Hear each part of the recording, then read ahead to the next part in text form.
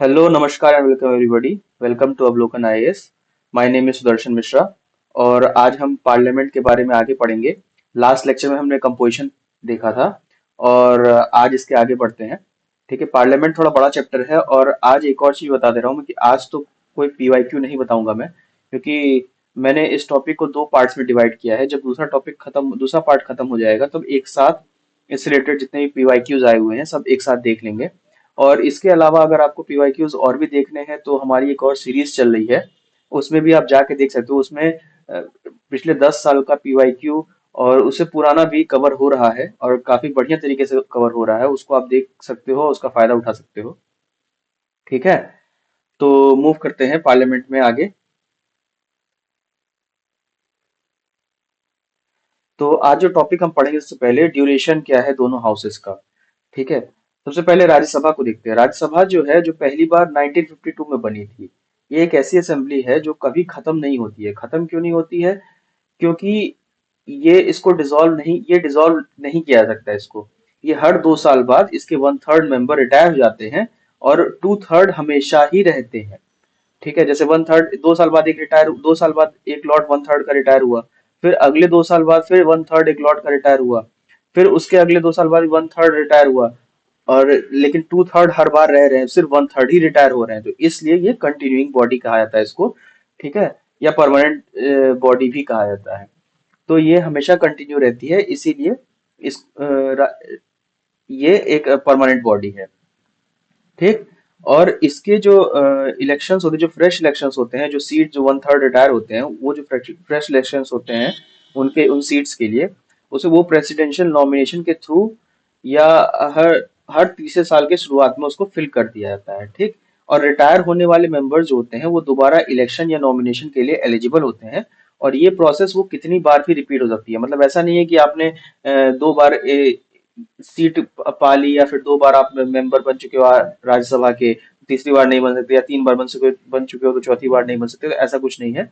वो कंटिन्यूअस, मतलब वो बन सकते हैं चाहे जितनी बार भी हो, जितनी बार भी उनका नॉमिनेशन हो, या फिर चाहे जितनी बार भी वो इलेक्ट हो जाए। ठीक। और राज्यसभा में मेंबर्स इलेक्ट कैसे होते हैं वो मैंने लास्ट लेक्चर में समझा दिया था, स्पेशल ट्रांसफरेबल वोट के थ्रू। ठीक है, वो प्रोसेस क्या है वो भी मैंने समझा दिया था। जिनको नहीं समझ में आया था लास्ट लेक्चर में, वो एक बार फिर से उस वीडियो को देखो। अगर नहीं समझ में आता है, फिर भी नहीं समझ में आता है, तो आप कमेंट में डालना कि नहीं समझ में आया, तो मैं समझाऊंगा। ठीक है, फिर से समझा दूंगा मैं एक छोटा सा और उसको और तरीका बढ़िया तरीके से। ठीक, तो वही लिखा हुआ है इसमें, first constituted in 1952 and it's a continuing chamber या permanent body. Term of office of members is not fixed by constitution. हाँ, कॉन्स्टिट्यूशन जो है राज्यसभा के मेंबर्स का टर्म उसने फिक्स नहीं किया है और इसको पार्लियामेंट पे छोड़ दिया है। तो ये स्टेटमेंट काफी इंपॉर्टेंट स्टेटमेंट है। ये स्टेटमेंट आपको ध्यान रखना पड़ेगा, क्योंकि ये यूपीएससी में अगर स्टेटमेंट वाइज अगर क्वेश्चन आएगा तो इसमें कंफ्यूज किया सकता है कि term of office is fixed by constitution of India. ठीक है, तो कॉन्स्टिट्यूशन नहीं फिक्स किया है और इसको पार्लियामेंट के ऊपर छोड़ दिया है कि आप डिसाइड करो कि क्या उनका टर्म रहेगा। ठीक है, तो पार्लियामेंट ने इसी के डिसीजन के लिए ही रिप्रेजेंटेशन ऑफ पीपल एक्ट 1951 में बनाया। ठीक है, और उसमें ये प्रोविजन दिया कि राज्यसभा के मेंबर्स का टर्म 6 साल का होगा। तो जो 6 साल का जो टर्म का प्रोविजन है वो कॉन्स्टिट्यूशन के थ्रू नहीं दिया गया है, वो रिप्रेजेंटेशन ऑफ पीपल्स एक्ट के थ्रू दिया गया है। ठीक। और इस एक्ट के थ्रू जो है इंडिया के प्रेसिडेंट को ये पावर भी दी गई है कि पहली राज्यसभा के मेंबर्स का टर्म छोटा कर सकते हैं।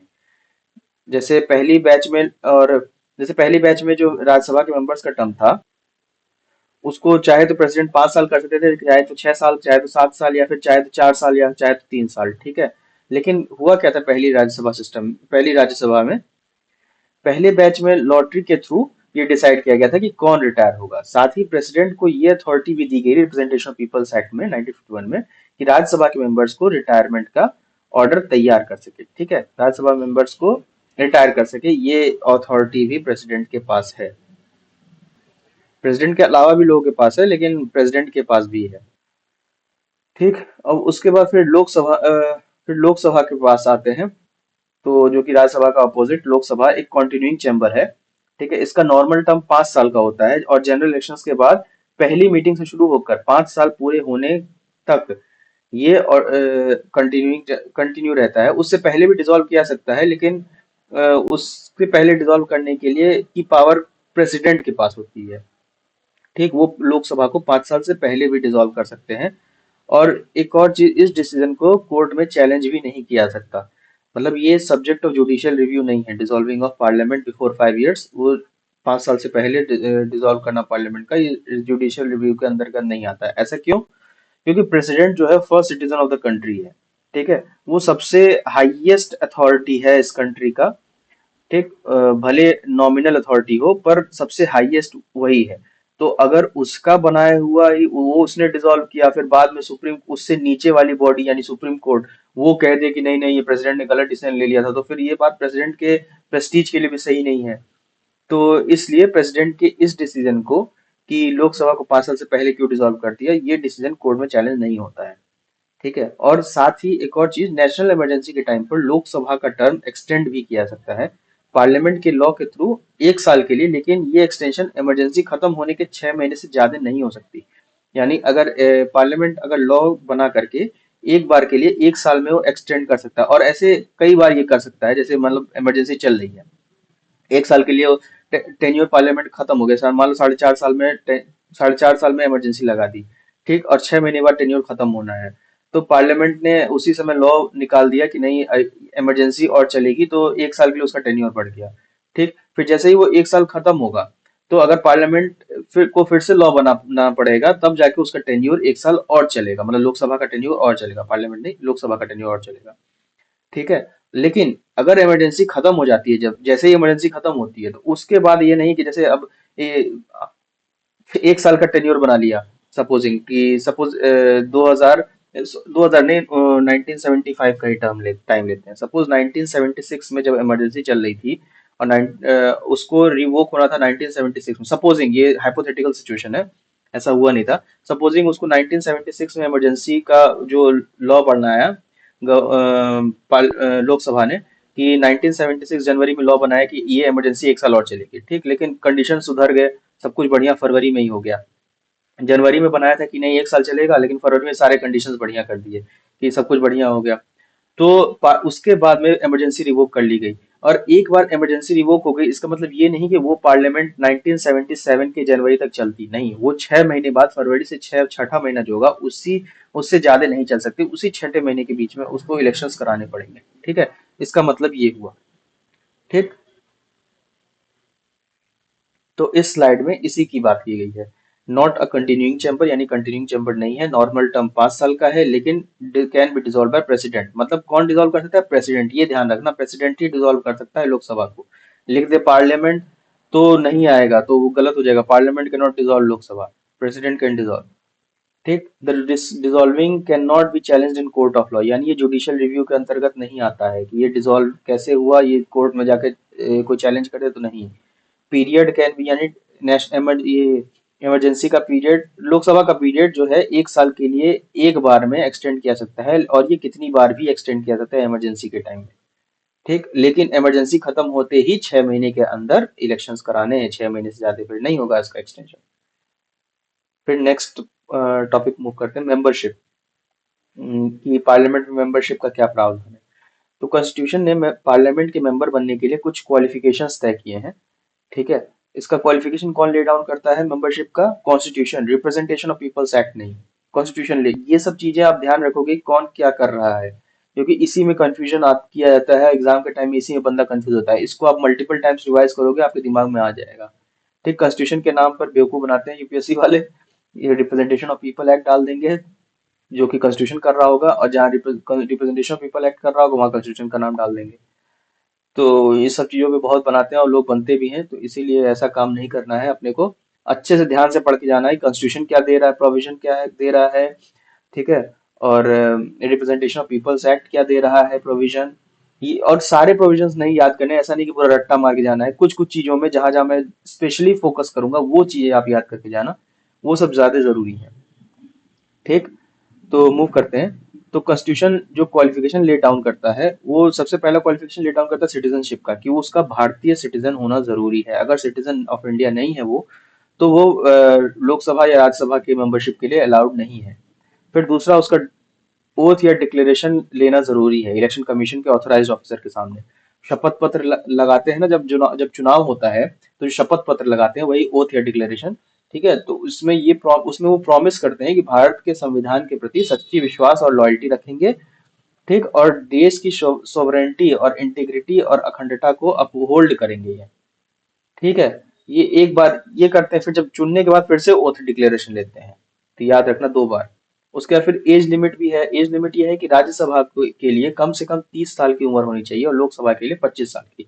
ये एक बार यूपीएससी में पूछा भी था ये क्वेश्चन कि एज लिमिट क्या होनी चाहिए इसमें पार्लियामेंट के मेंबर बनने की। तो लोकसभा राज्यसभा करके एक क्वेश्चन था, एक मुझे याद नहीं आ रहा किस साल में, लेकिन था।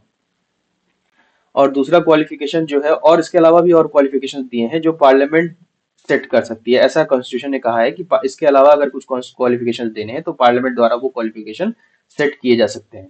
तो पार्लियामेंट ने वो क्वालिफिकेशन सेट करने के लिए रिप्रेजेंटेशन ऑफ पीपल्स एक्ट 1951 के एडिशनल रूल्स में वो क्वालिफिकेशंस दिए हुए हैं। ठीक है, वो क्वालिफिकेशन पढ़ देता हूँ। हालांकि इसमें लिख करके नहीं दिया है क्योंकि वो उतना ज्यादा इंपॉर्टेंट है नहीं, क्योंकि बहुत सारे क्वालिफिकेशंस थे।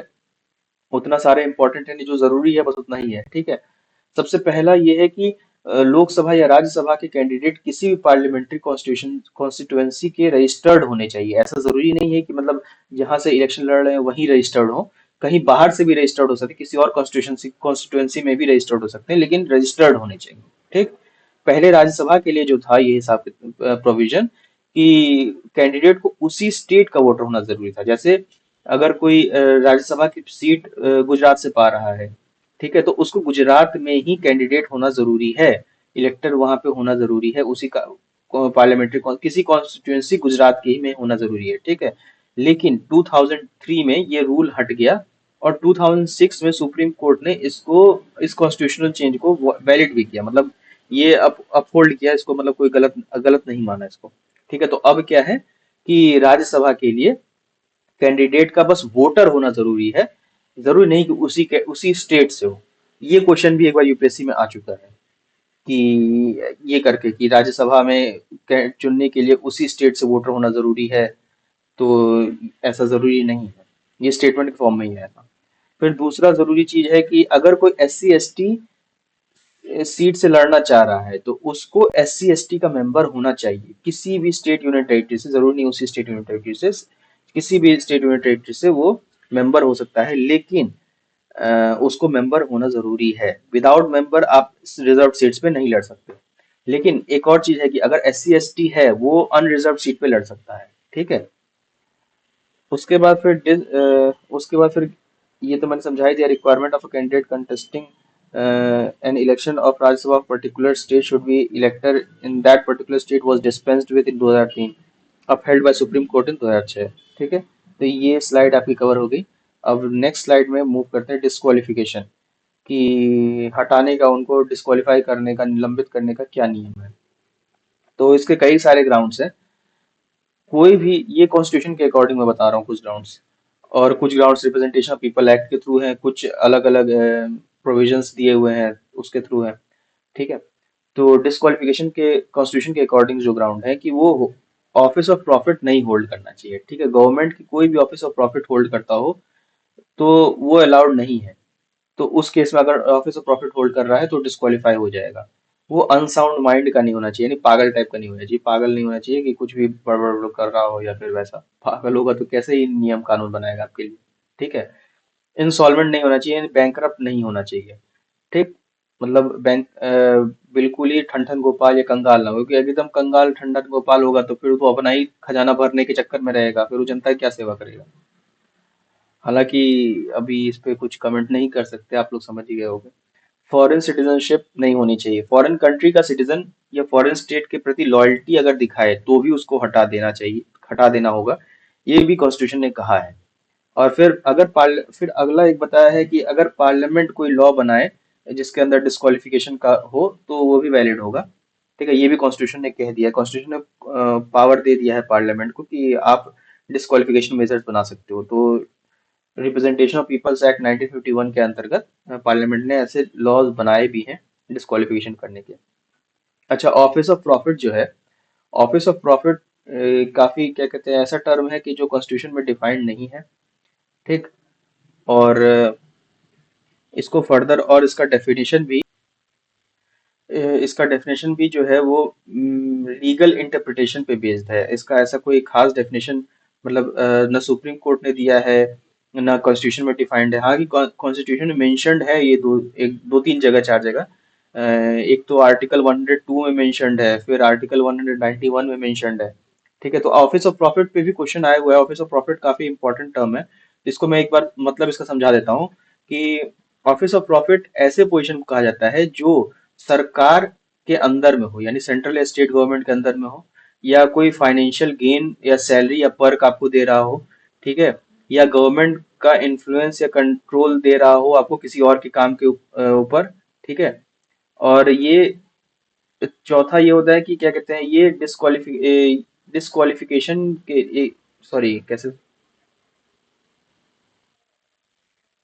मतलब कि अगर उस पोजीशन को लॉ ने एग्जेम्प्ट किया है, मतलब कोई लॉ अगर पार्लियामेंट ने बनाया है कि हाँ ये चीज ऑफिस ऑफ प्रॉफिट के अंदर नहीं रहेगी, तो उस पोजीशन को भी ऑफिस ऑफ प्रॉफिट के अंदर नहीं माना जाएगा। अगर नहीं ऐसा कुछ बनाया हुआ है, कुछ मेंशन नहीं उस पोजीशन के बारे में, तो ऑफिस ऑफ प्रॉफिट ही रहेगा। ठीक है, तो ये चीजें हैं डिस्क्वालिफिकेशन के लिए ऑफिस। और ये ऑफिस ऑफ प्रॉफिट का मतलब हुआ। ऑफिस ऑफ प्रॉफिट थोड़ा याद रखना, क्योंकि इससे रिलेटेड क्वेश्चंस आ सकते हैं। ठीक है, और इस रूल का मेन पर्पस ये होता है कि कोई भी एमपी और एमएलए का कॉन्फ्लिक्ट ऑफ इंटरेस्ट ना हो और वो गवर्नमेंट के प्रेशर में ना आए। मान लो अगर कोई एमपी या एमएलए अगर ऑफिस ऑफ प्रॉफिट होल्ड करता है, तो वो गवर्नमेंट के प्रेशर में आ जाए, मान लो, और उसको कोई वो आया है पार्लियामेंट्री लॉ या फिर कुछ भी कोई ऐसा लॉ आया है जिसमें उसको गवर्नमेंट के अगेंस्ट वोट करना है, फिर तो वो नहीं करेगा ना, फिर तो वो निष्पक्ष होकर काम ही नहीं करेगा। फिर तो ऑफिस ऑफ प्रॉफिट के चक्कर में अपने पैसे के, अपने फाइनेंशियल बेनिफिट के या पर्क्स के चक्कर में रहेगा, फिर वो जनता के लिए कहाँ से काम कर पाएगा। तो इसलिए इसको डिस्क्वालिफिकेशन का एक ग्राउंड बना दिया गया है। ठीक है, तो ये हो गया आपका ऑफिस ऑफ प्रॉफिट। इसके बाद मूव करते हैं presiding officers of the parliament. सबसे पहला ऑफिसर जो है presiding officer of the parliament में, लोकसभा में देखते हैं सबसे बड़ा ऑफिसर होता है स्पीकर ऑफ लोकसभा। ठीक है, ये स्पीकर साहब हैं, अपने आप तो पहचान ही रहे होगे इनको। और स्पीकर ऑफ लोकसभा में जो स्पीकर होता है वो लोकसभा के मेंबर्स अपने ही मेंबर्स में से इलेक्ट करते हैं। ठीक है, पहली सिटिंग के बाद जल्दी ही इलेक्ट करते हैं, मतलब जैसी पहली सिटिंग होती है उसके बाद ही इलेक्शन हो जाता है स्पीकर ऑफ लोकसभा का। और स्पीकर की सीट खाली होने पर नया मेंबर इलेक्ट किया जाता है। ठीक, और इलेक्शन की डेट जो है प्रेसिडेंट फिक्स करता है। इलेक्शन स्पीकर के इलेक्शन की डेट कौन फिक्स करता है? प्रेसिडेंट। ठीक, और स्पीकर जो जनरली है लोकसभा की लाइफ टाइम यानी 5 साल तक अपनी पोस्ट पर रहता है, लेकिन उससे पहले भी रिजाइन कर सकता है। और एक और चीज याद रखोगे आप, स्पीकर जो है लोकसभा डिसॉल्व होने के बाद भी वो नहीं छोड़ वो उसको नहीं छोड़ना होता है अपनी पोजीशन, जब तक नया स्पीकर ना आ जाए। ठीक है, यानी स्पीकर की जो कुर्सी होती है वो वैकेंट नहीं रह सकती, कोई ना कोई बंदा उस पर चाहिए। ठीक, अच्छा, और जो पहले जो कुछ केसेस में वो रिजाइन भी कर सकता है, और या फिर वो हटाया भी जा सकता है। तो वो केसेस ये हैं कि अगर वो लोकसभा का मेंबर ही नहीं रहा, ठीक है, अगर डेप्यूटी स्पीकर को रेजिग्नेशन लेटर लिख करके दे दे, तो स्पीकर रिजाइन किसको करता है? डेप्यूटी स्पीकर को। ये भी इंपॉर्टेंट पॉइंट है, इसका भी आप नोट बना लो कि speaker resigns to deputy speaker. ठीक, और अगर लोकसभा के सभी मेंबर्स का मेजोरिटी उसको रिमूव करने के लिए रिजोल्यूशन पास कर रही है, तो अगर सभी मेजोरिटी से वो रिजोल्यूशन पास हो जाता है, तो भी उसको अपनी कुर्सी छोड़नी पड़ सकती है। ठीक है, और रिमूवल का जो रिजोल्यूशन है वो 14 दिन का नोटिस देकर ही रिमूव किया सकता है, ऐसे नहीं कभी भी उसको रिमूव कर दे। तो और रिमूवल के डिबेट के टाइम स्पीकर जो होता है हाउस को प्रिसाइड नहीं करता है, लेकिन उस डिबेट में हिस्सा ले सकता है। ठीक है, और डिबेट में वो हिस्सा ले सकता है, फिर वोटिंग में वोट भी कर सकता है।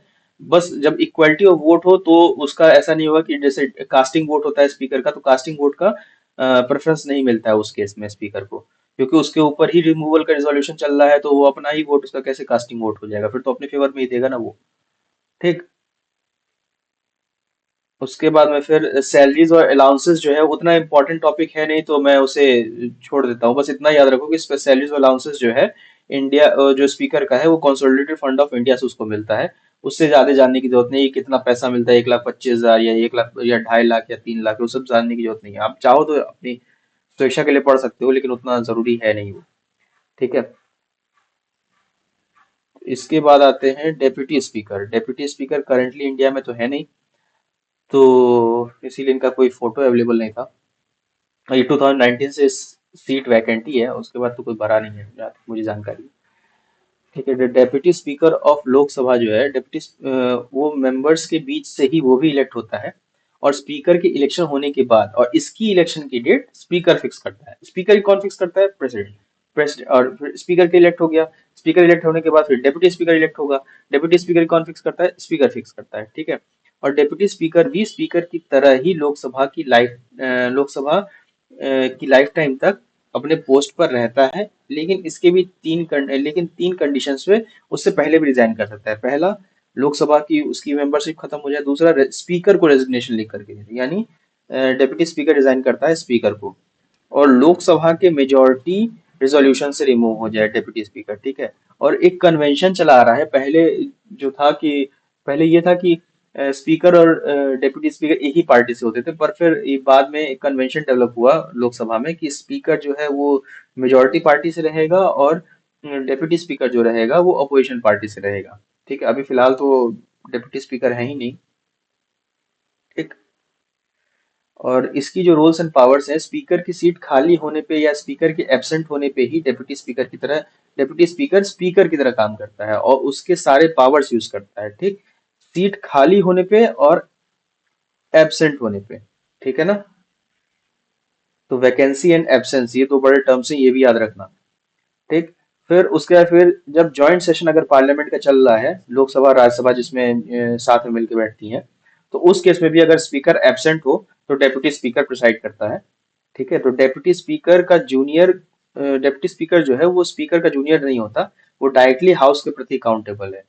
ठीक। और डेप्यूटी स्पीकर जब भी किसी पार्लियामेंट्री कमेटी का मेंबर बनता है तो ऑटोमेटिकली उसका चेयरमैन बन जाता है, ये याद रखना। स्पीकर भी तीन कमिटीज ऐसी होती है जिसके चेयरमैन रहते हैं।